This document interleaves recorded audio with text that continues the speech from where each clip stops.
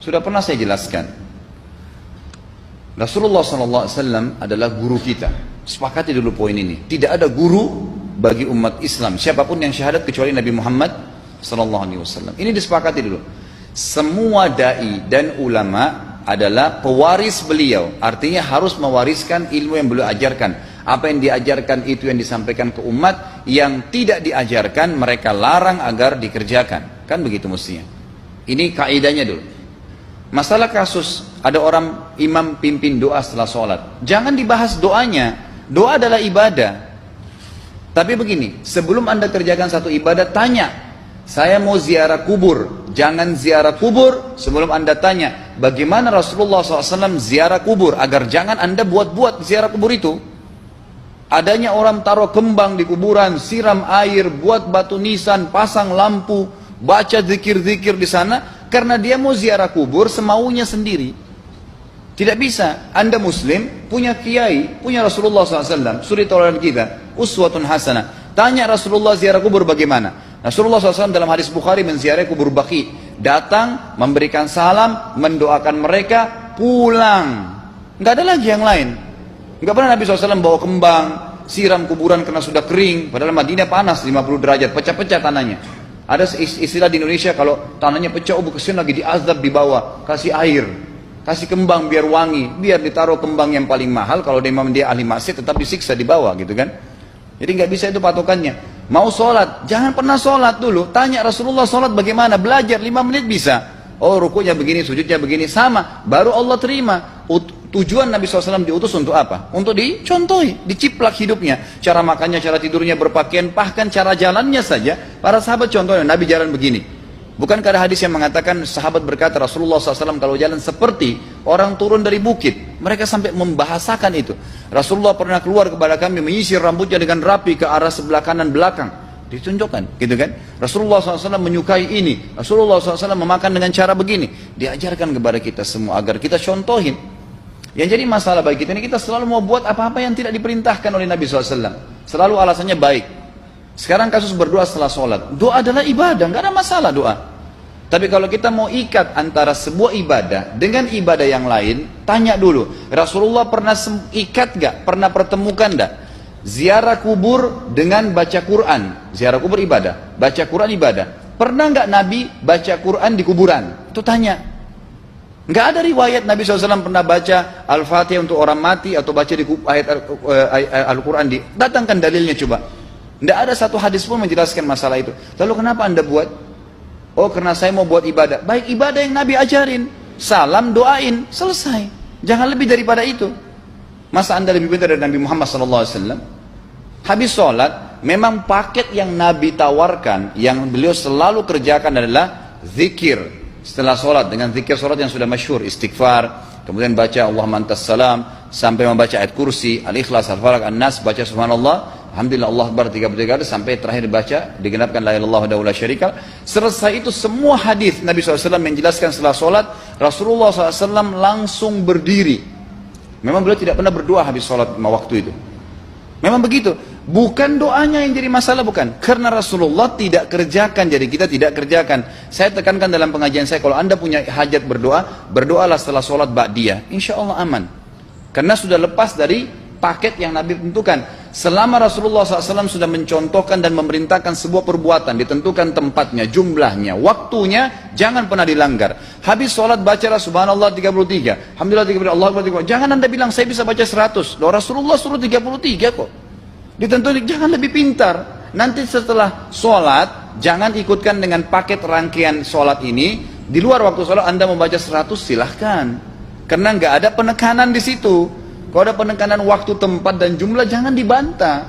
Anda pengikut Rasulullah atau bukan gitu kan? Harus jadi jelas. Yang membuat umat ini di Indonesia juga jadi masalah sekarang, karena mau buat sendiri. Semaunya sendiri. Kenapa akhi, kenapa Pak Kiai, kenapa Habib, kenapa Ustadz, kenapa buat ini? Bukankah Rasulullah tidak mencontohkan? Oh nggak apa-apa, ini kan baik. Loh, kalau semua orang berkata seperti anda, apa yang tertinggal dari agama kita? Kira-kira apa lagi yang tertinggal? Nggak ada kemurnian agama, karena semua orang mau buat semaunya. Gitu kan? Semaunya sendiri. Pindah rumah, baca berzanji. Apa itu berarti sejarah Nabi? Kenapa baca berzanji saudaraku? Rasulullah untuk pindah rumah pernah baca-baca gitu nggak? Nggak pernah. Kenapa dibuat? Anda muslim bukan? Muslim, ya saya harus ikuti. Kalau tidak akan terus ini mengakar nih. Anda buat satu bid'ah sekarang, bid'ah itu lawannya sunnah. Anak Anda akan buat 10 bid'ah, cucunya akan buat 100 bid'ah, akan banyak bid'ah merakar di masyarakat, dan agama akan ditinggalkan. Kemurnian sunnah akan hilang, gitu kan? Ini bahaya. Ingat, Nabi SAW mengatakan kepada kita dengan hadis yang sangat jelas. Hadis sahih riwayat Imam Ahmad bunyinya begini: semoga Allah merahmati umatku yang menukil dariku seperti apa yang aku ajarkan atau sebutkan. Sampai ulama hadis mengatakan Nabi ucapin habis sholat astagfirullah, maka sahabat tidak ada berani yang menambah azim. Nggak ada sahabat yang bilang astagfirullah azim habis sholat, nggak ada.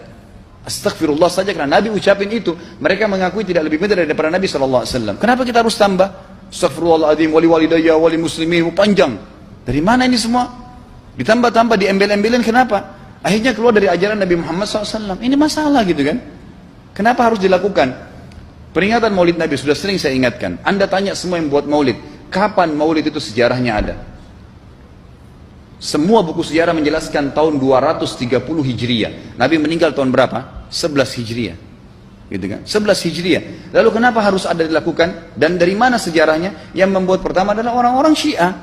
Sejarahnya jelas dari Fatimiyah. Semua buku sejarah sepakat mengatakan bahwasanya maulid munculnya di zaman Fatimiyah. Dinasti Fatimiyah, orang-orang Syiah di Mesir, gitu kan? Dan mereka punya 6 macam maulid yang sampai hari ini masih dikerjakan di Iran. Ada maulid Nabi SAW, Hasan, Husain, Ali, Fatimah, dan raja mereka. Sampai hari ini masih ada. Kenapa orang-orang waktu baca maulid, baca salawat sambil berdiri pegang tangannya taruh di dada? Karena keyakinan orang Syiah, ruhnya Nabi SAW sedang lewat. Anda tahu nggak itu? Banyak orang kita buat tidak tahu. Yang penting bahasa Arab ikut saja, gitu kan? Tidak bisa. Nabi SAW tidak pernah rayakan. Pernah ada yang bilang sama saya, Ustaz, kan Nabi SAW pernah bilang, waktu ditanya tentang puasa Senin, beliau mengatakan hari itulah aku dilahirkan. Terus kenapa? Berarti boleh merayakan ulang tahun hari Senin, gitu kan? Tidak. Nabi SAW cuma menginformasikan bahwasanya beliau lahir di hari Senin, dan beliau tidak pernah ngumpulin sahabat untuk baca bersama-sama, merayakan hari lahir beliau, tidak pernah. Kalau itu benar, Nabi nggak bakal tinggalkan kok. Ibnu Katsir rahimahullah, garis bawahi poin ini. Ibnu Katsir rahimahullah dalam tafsir beliau, tafsir Quran Azim, dan subhanallah Ibnu Katsir ini kata ulama hampir semua kalangan golongan itu banyak memakai banyak memakai buku beliau, walaupun berbeda dari sisi pemahaman yang lain, tapi tafsirnya kebanyakan kembali ke tafsir beliau. Beliau mengatakan tafsir surah Al-Maidah ayat 3 yang bunyinya a'udzubillahi minasyaitonir rajim, al-yawma akmaltu lakum dinakum, hari ini saya sempurnakan agama kalian, kata Allah, ya. Wa atmamtu alaikum nikmati, saya sempurnakan nikmatku pada kalian, artinya tidak butuh yang lain. Wa raditu lakumul Islam madina, saya ridha Islam sebagai agama kalian. Kata beliau, ayat ini turun menandakan dan memastikan bahwasanya Nabi Muhammad SAW tidak meninggal dunia kecuali sudah mengajarkan semuanya, yang hitam, yang putih, yang gelap, yang terang, yang susah, yang muda, ya, semua dijelaskan. Siapa, kata beliau, yang menganggap masih ada sesuatu yang harus ditambahkan setelah Nabi SAW meninggal dan turun ayat ini, maka dia adalah ahli bid'ah. Dia orang yang membuat-buat agama. Nabi sudah ajarkan semua, selesai. Jangan ditambah, jangan dikurangin. Kita tidak lebih pintar dari Nabi SAW. Nabi nggak pernah rayakan hari lahirnya, jangan dirayain, selesai. Emang kenapa kalau kita nggak rayain? Kenapa? Tangan kita terputus? Enggak. Masih banyak ibadah yang disunnahkan gitu. Sama dengan kasus Isra dan Mi'raj. Kejadian besar dalam Islam. Tapi Anda boleh kembali kepada semua buku sirah. Saya tantang semua buku sirah Anda kembali. Insya Allah yang berpegang pada Al-Quran dan Sunnah, memang ada dasar wahyunya, maka semua akan menjelaskan. Nabi SAW setelah pulang dari Isra dan Mi'raj tidak pernah mengumpulkan sahabat-sahabat untuk merayakannya setiap tahun. Tidak pernah. Boleh dipelajari iya, setiap hari. Tapi ditentukan tanggalnya lalu dibuat acara. Tidak pernah Nabi SAW buat itu. Lalu kenapa Anda buat? Kalau Anda mau tetap buat, ya silahkan, itu hak terserah Anda. Tapi saya ngajak kepada Anda kembali kepada kemurnian ajaran Nabi SAW. Kita tidak akan pernah kembali, kata Syekh Utsaimin rahimahullah, umat Islam ini akan kembali kepada kejayaan mereka kalau mereka betul-betul kembali kepada ajaran Rasul mereka Muhammad SAW. Murnikan ajaran Nabi, yang jalankan seperti yang beliau ajarkan, selesai, akan aman. Pasti akan kembali kejayaannya. Kita nggak bisa saling menghardik, saling menyalahkan yayasan ini, organisasi ini, kelompok ini, karena masing-masing mau beristidlal sendiri, mau menjalankan sendiri hukum-hukum agama ini, bukan mengikuti sunnah Nabi SAW. Jemaah haji kita, jemaah umrah, datang ke Mekah, tur dalam kota Mekah, naik ke gunung untuk lihat Gua Hira. Kenapa naik ke Gua Hira? Oh, Rasulullah pernah di sini. Baik, saya jelaskan. Nabi Muhammad SAW ke Gua Hira sebelum turunnya wahyu. Dan beliau terakhir sekali di Gua Hira pada saat menerima Iqra bismi rabbikal ladzi khalaq. Itu saja. Setelah kejadian itu, beliau turun dari Gua Hira. Dari waktu itu sampai meninggal, Nabi SAW tidak pernah ke Gua Hira lagi dan tidak pernah suruh sahabatnya ke Gua Hira. Kenapa anda ke Gua Hira? Sampai naik 3 jam ada yang jatuh mati. Karena jahil, tidak tahu pemahaman agamanya. Nggak bisa begitu. Cukup dikenang iya. Kecuali Nabi SAW suruh, datangilah Gua Hira. Ya silahkan. Gitu kan? Kalau enggak, kan begitu. Masalah Isra Mi'raj, saudaraku, kejadian besar. Ambil ibrahnya, yang penting ilmunya. Oh, salat 5 waktu, kejadiannya pernah gini. Ada kebesaran Allah, ambil pelajarannya iya. Yang Nabi tidak contohin, maka jangan dikerjakan. Hanya itu saja. Zikir bersama, di sini ditanyakan juga zikir bersama. Nabi SAW disebutkan dalam hadis Bukhari, kalau berzikir habis sholat, beliau membaca zikir tertentu, sahabat baca zikir tertentu, sahabat baca zikir tertentu. Jadi Nabi SAW tidak pernah paksain. Enggak pernah Nabi misalnya baca ayat kursi, harus semua sahabatnya ikut ayat kursi, enggak. Nabi SAW baca ayat kursi, si fulan baca al-ikhlas, si fulan baca subhanallah, masing-masing. Dan ingat, Allah SWT mengatakan apa? Tentang masalah zikir dan doa ini. Ya. Dikatakan, ya, kita harus berdoa kepada Allah, ya, wadunal jahri minal qawli bil gudui wal asal, wala takum minal ghafilin. Berdoalah kalian, berzikirlah kalian dengan doa kalian, dunal jahr minal qaul, tidak dengan teriak-teriak. Allah berfirman dunal jahr, tidak teriak-teriak, ya.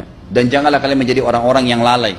Makanya pernah ada sahabat, waktu Nabi SAW berkata begini, dalam hadis Bukhari juga, waktu pulang dari salah satu perjalanan, kalau kalian sedang menukik, kuda unta lagi menukik, bertakbirlah, bilang Allahu Akbar. Kalau kalian sedang turun, menuruni sebuah lembah, bertasbihlah, bilang subhanallah. Ada satu sahabat badui, orang dari padang pasir, semangat dia jalankan sunnah Nabi. Waktu kudanya lagi naik, Allahu Akbar, dengan suara keras dia teriak. Jalankan sunnah kan? Tapi teriak ya. Apa yang terjadi? Nabi SAW panggil, ditepuk pundaknya, Nabi mengatakan, pelankan suaramu. Zat yang sedang kau panggil tidak tuli. Allahu Akbar. Cukup. Ada apa? Kecuali di medan perang lain nakutin musuh. Gitu kan? Untuk apa takutin kuda sendiri? Nggak perlu, gitu kan? Jadi mengikuti sunnah Nabi dengan ilmu yang benar itu akan membawakan ketenangan hidup. Yang buat kacau kita ini jadi kacau karena mau membumbu-bumbui macam-macam ditambah-tambah.